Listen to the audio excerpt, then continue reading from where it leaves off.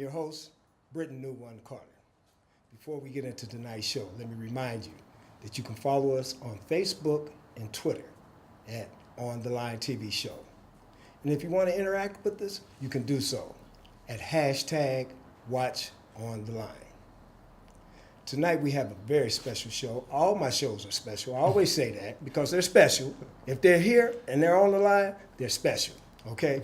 So, but before we get into that, let me extend a happy Mother's Day to all the mothers out there. This is Mother Day weekend, and my own mother, she's in my thoughts and prayers right now, and I ask each and every one of you to keep her in your prayers. She was rushed to the hospital today. Hopefully she's okay.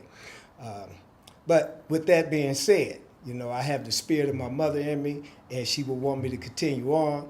And I'm here, and I'm with two great guys today. Actually, we done the show before the show.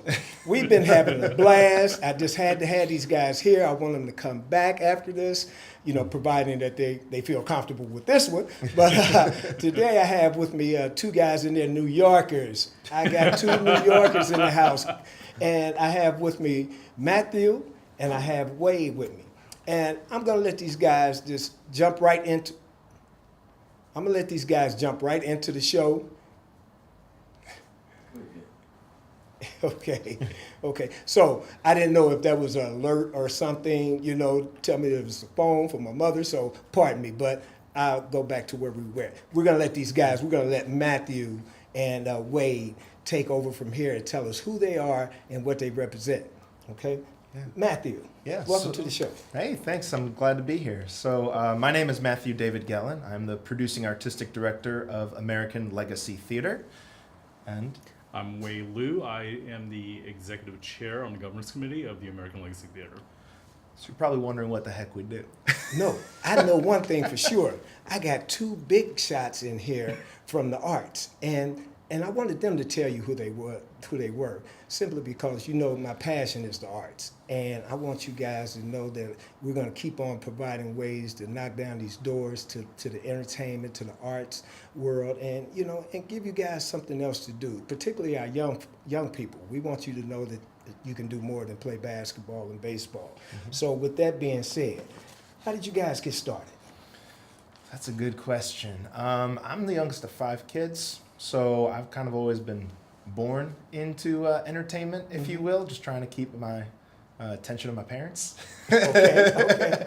And then things just kind of escalated over time. It's something that's kind of always been a part of me, storytelling.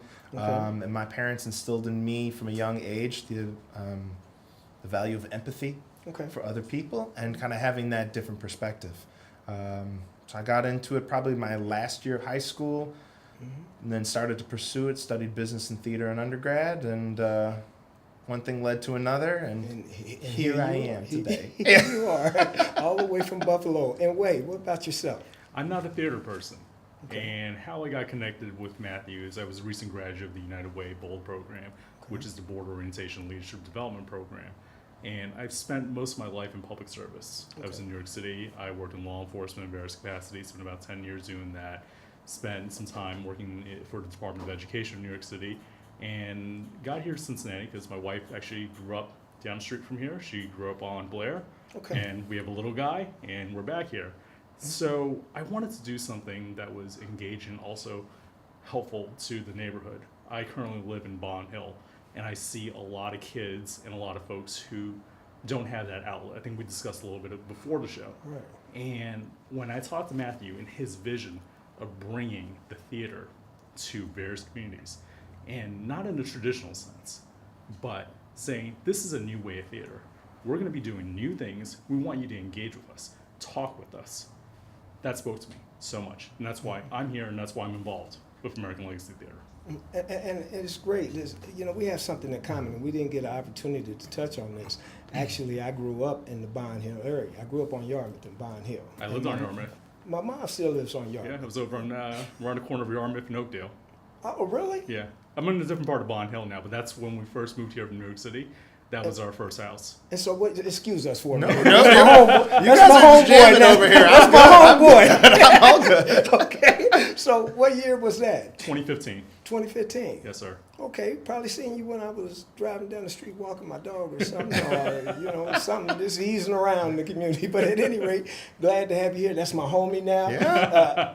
Forget that he's from New York and That's he right. doesn't like Cincinnati teams. That's my guy. Right. So when you talk about this new way of getting into the entertainment, what does that look like? It could look like a lot of different things. So another quick story for you. This company probably was originally conceived in my mind while I was still in school. And I remember sitting with my mentor, who was the former artistic director of the National Theater of Poland. And I was saying to him, like, Kaz, I feel like I'm wasting my life. Okay. And he said, why do you feel like you're wasting your life? And I said, because everything I see and experience, I hate. And he was like, well, you hate your classes, you hate the coursework. I said, no. I go, that part I love. The idea of what theater can do for a community, what the change it can bring about, but I'm not seeing that. I'm not feeling that. Right. He goes, so write some of that down. And I did, and about a month later, we came back around, and he said, how do you feel? I said, I still feel the same way. I still hate it. I feel like I'm wasting my life. And he said, what you've written down here, about half of that is stuff I've seen once or twice before. I don't know why more people don't do it. He goes, but the other half, never seen it before. Okay. 40 years in the career. He said, I think this is why you need to stay in this. And that's kind of really where everything blossomed from. So when you ask for, like, why is it different? I like to point to, first of all, who's not coming to the theater? So who isn't coming? 92% of Cincinnati's not coming, that's for sure, right? Only about 8% of our community is going. So why is that? They tell me, I say, why don't you come to the theater more often? And they say two things at the end of the day. It's too expensive, and it's not fun. Too many rules. It's not for me. Too stuffy. Why do I get in trouble when I go to the bathroom, or if I have to talk to my friend who came with me to the show and talk about what we're seeing, what we're experiencing? And doggone it, why do I have to put so much money out to get in, to be a part of this community conversation? And so that's really why we're all about access and about giving an opportunity to ensure that everybody, not just the wealthy and not just the people who are in the upper middle class, can participate in this. I want to tell you a quick story in how You it just works. did. No, but let me tell you another one about how this works. I love storytelling. No, I love love it. storytelling. I love it. But again, to give you perspective, I've worked in theaters all over the country. Right. And I've seen this play out before, where somebody comes up to the ticket counter, and they say, I'd really love to see this show tonight. I'd love to bring my 3 kids in with me.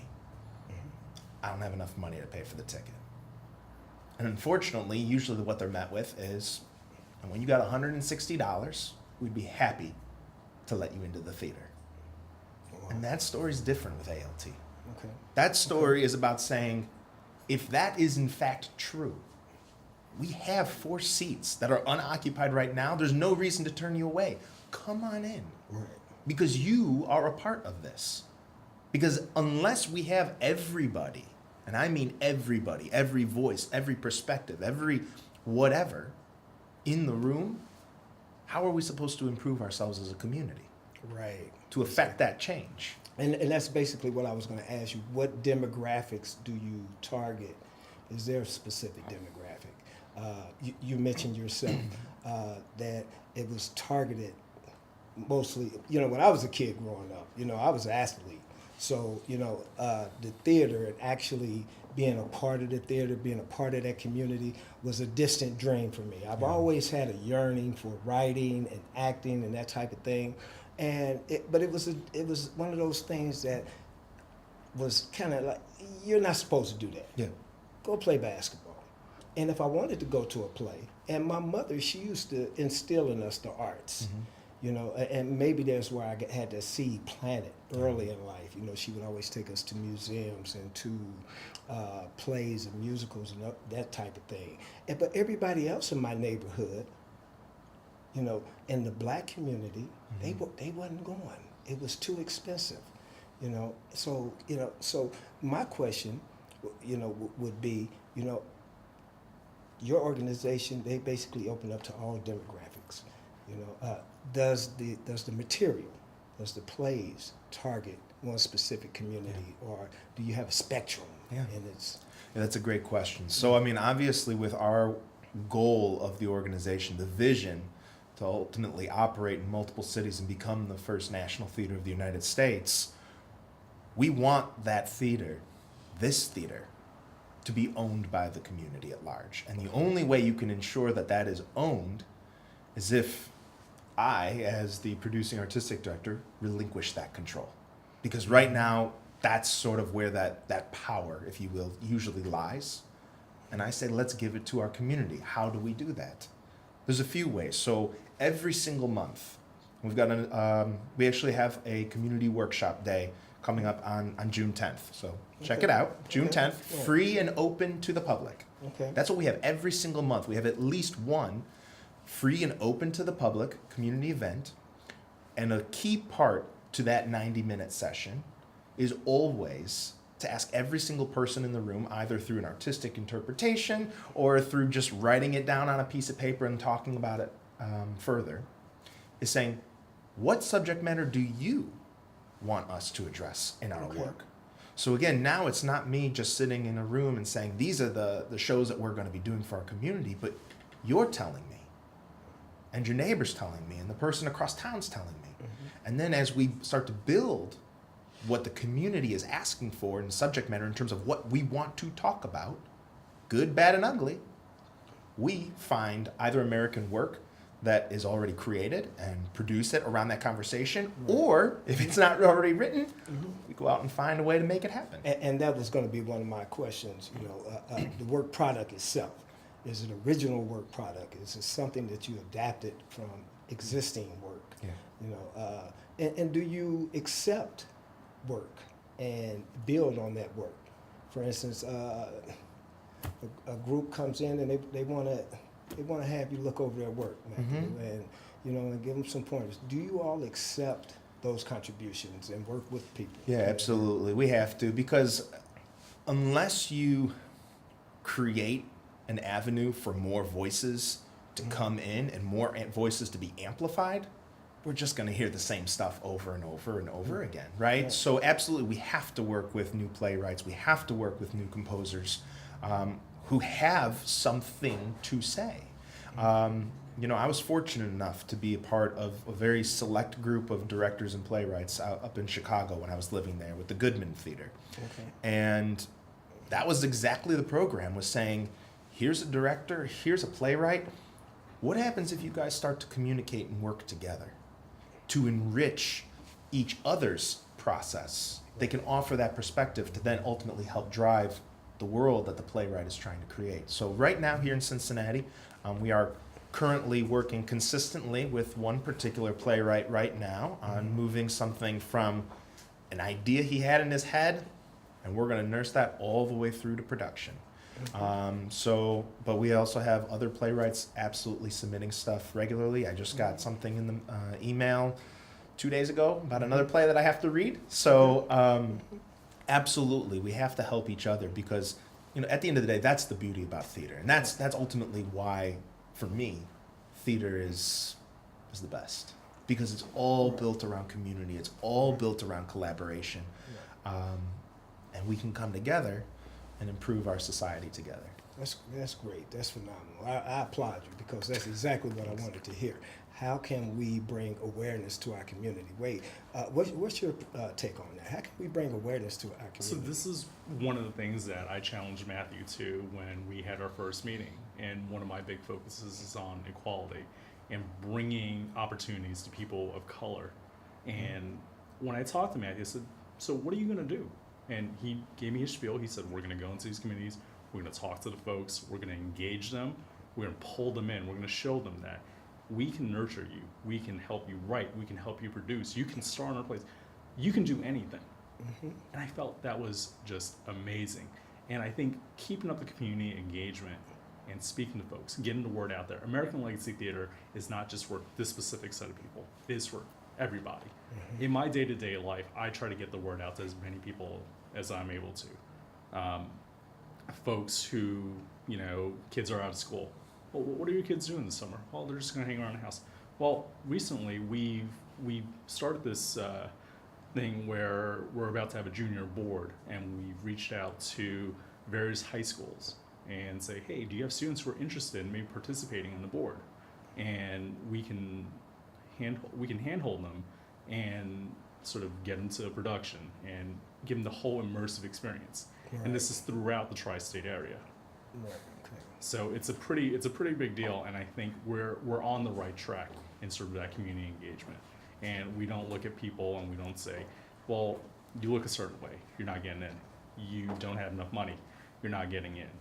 Well, you're 1%, and we don't really want you here. You can't be the star of the show. Not true. This is what's different. This is what separates American Legacy Theater from other companies that are out there. It's interesting that you bring that point.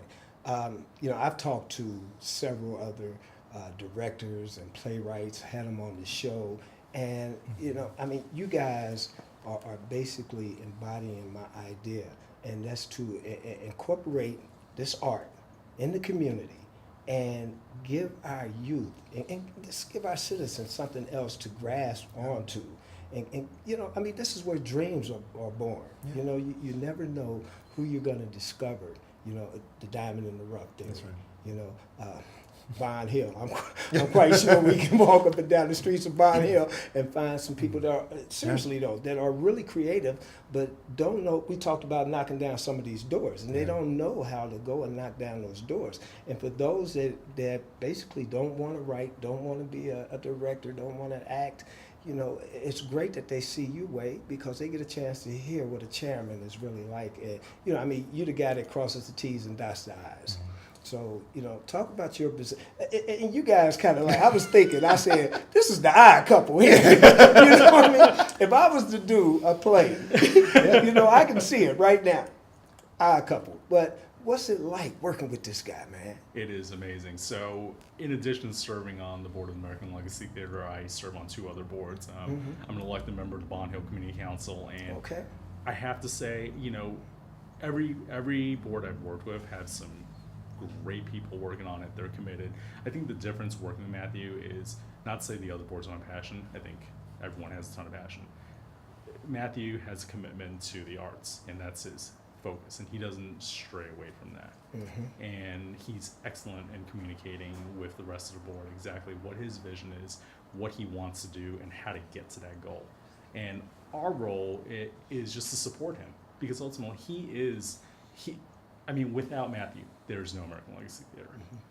And that is, working with him, it's not a job, it's not hard, it's easy fun. Just like you and I are having this conversation right now, Matthew and I and the other members of the board, we are able to communicate just as clearly, and we get down brass tacks. We take care of business and we move on, and we say, what's the next thing? What are we moving towards to next? It's going to help our community. It's going to help the communities around Cincinnati. Well, can you answer that? Because that is one of my questions. What can you do? I think by showing that this theater is out there just on its own, I think the facts stand for themselves. Take a look at, Matthew can speak to this more than I can, but take a look at some of the other theaters that are in Cincinnati. Right. And take a look at what they're doing. Take a look at what we're doing. We're inclusive. We are engaged. And we are actively seeking input from the community. And I'm not sure that's something you would find in other places. Please feel free to correct me if I'm... And I agree with you. I would say another thing, because you asked about what's different about us, and we could talk ad nauseum. We could have probably 4 or 5 shows about that. But one of the other pieces is, how do we diversify even the producing voice?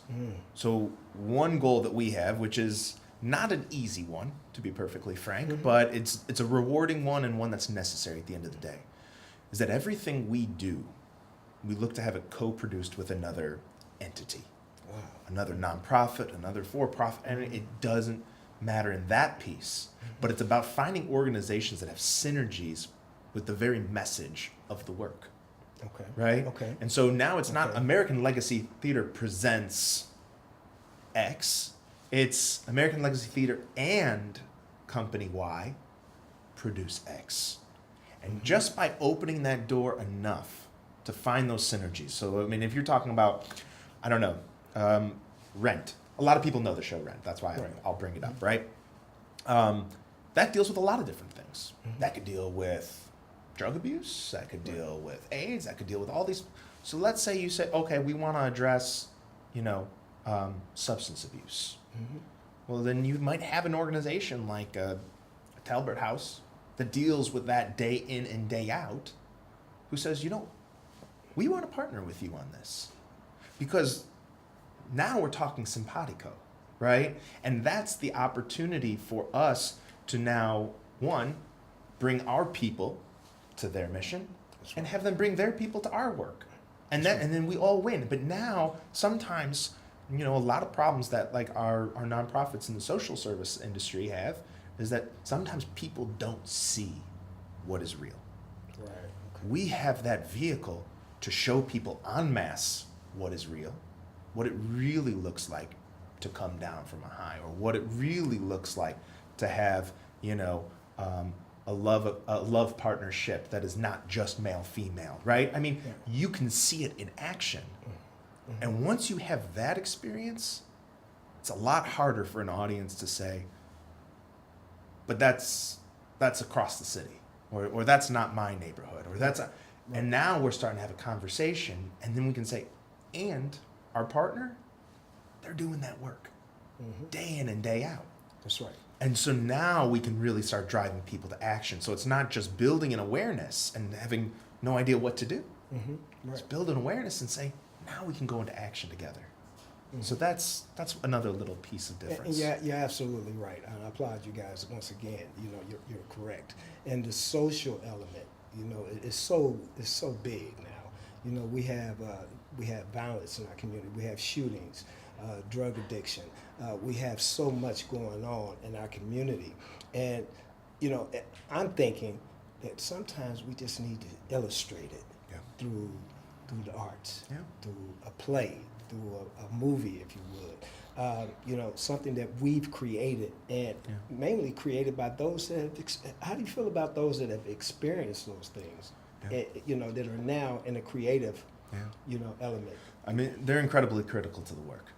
I mean, because at the end of the day, I can be a content expert in terms of theatrical staging. I'm pretty good at business too, but if you're talking about, for example, this piece that we're working on right now, I said we're working with a playwright on an original piece. That is about heroin abuse specifically in the opioid field. Realm, I guess, is probably a better word. And it's one of those pieces where if we're writing a piece and then eventually going to perform a piece about somebody, getting the itch, or about somebody coming down from that high, we have to bring in people who've experienced that to say, this is real, that's real, this is how it actually feels. So now you have actors who can portray it. More importantly, you have playwrights and directors who can sculpt that moment, who can create it. Because if you're doing it in a vacuum and not bringing in other experts who've lived it, you're totally missing the boat. Yeah, you're missing it. Great point. Now, we talked about the workshop. Yep. And I want to reiterate that. That's on the 10th. Yep, 10th of June. 10th of June. I'm going to be there. Yeah. I'm in. 1 o'clock. But 90 minutes. 90 minutes, guys? Yeah. That's not enough for a guy like me. Yeah, that's okay. Well, like I said, we do them every month. Okay. So, and the beauty of part of it is that it's not the same 90 minutes. Okay. So if you came in May, it's not going to be the same thing you're going to experience in June. It's not going to be the same thing you experienced in July. Okay. We actually shape those 90 minutes, we have a loose structure, but it gets shaped based off of the people who are in the room. Okay. So where's this located at? Is there? That's a great question. So on June 10th, that particular day will be at the Carnegie Center of Columbia Tusculum. Okay. That's right on Eastern Avenue, like I said, from 1 o'clock to 2:30 in the afternoon. Okay. And they've been great partners with us already, and they absolutely are housing us kind of on these once-a-month workshop days. But we are nomadic by structure, Okay. intentionally. So that way, they were very adamant about saying, we want you here. So we left it open and we said, no, we're not going to do 2 or 3 here. We'll do once here, because the reality is, what if Covington says, hey, we want you guys. Right. And Price Hill says, well, we want you guys. And Mount Auburn says, we want you. Bond Now Hill. we got to, Bond Hill. That's right, you got to sell it, right? But again, if that's the opportunity, we have to leave ourselves Right. open to that capacity. Right. You know, obviously, we have to figure out what that sort of tipping point is in terms of how much of that programming can we continue to offer free of charge. But obviously, we are always applying for grants and reaching out to foundations to help substantiate that. So you read my questions, right? Yeah. You know, I'm there. And the funding, that's a real big deal, because I'm listening to you guys and I'm wondering, where's the money coming from? So it's coming through grants and donations. It has to, in order for it to be sustainable. Absolutely. Okay. You know, I would say that when I talked with Wei and the rest of the board, and I said, you know, a lot of our board members work in the for-profit industry, so it was a learning curve for them to just learn that most nonprofits work on sort of a 50-50, for lack of better terms, on earned income and contributed. And I said, look, if we want this to be the National Theater of the United States and get it to a point where it's 100% on just given dollars, then we have to get to a point, we need to build ourselves at a foundation where maybe we swing more to those contributed dollars. So absolutely, if we're going to keep our costs down and we're going to continue to open ourselves to the community, it is that community ownership in every sense of the word, where they need to say, yeah, this is important to us, and we're going to continue to see our organization. That's why we have the hashtag Your National Theater. Okay, great. We got a couple of minutes, so and this thing always goes fast when it's Yeah. getting good. So in a sentence, you know, what is it that you would like to say to our audience to really bring them in? What if you just had a sentence? What would you tell them? Say, American Legacy Theater. It's theater for social change. And if you think of yourself in the most traditional theater experience and picture the opposite, that's probably closer to who we are and to what it feels like to be part of us. So this is for everybody. Come on out. I like that. It's for everybody. You need to come on out. Tell us how we can find you again. Wait, won't you tell us how we can follow you You guys? can find us on Facebook. You can find us on Twitter. You can find us at our website, AmericanLegacyTheater.org. You can contact Matthew, search his name. He's out there in the world. You can search my name. I mean, I'm connected. You know, it's American Legacy Theater. My name is attached to it. We have a web presence. You can find us. And if you forget that and you want to get in contact with them, please, by all means, reach out to us here at On the Line. I'm passionate about the arts. I think that it's one of the tools that's going to bring our world together, our cultures together. We need to bring people back together. This has been Britton Newone Carter, and this is On the Line. Peace.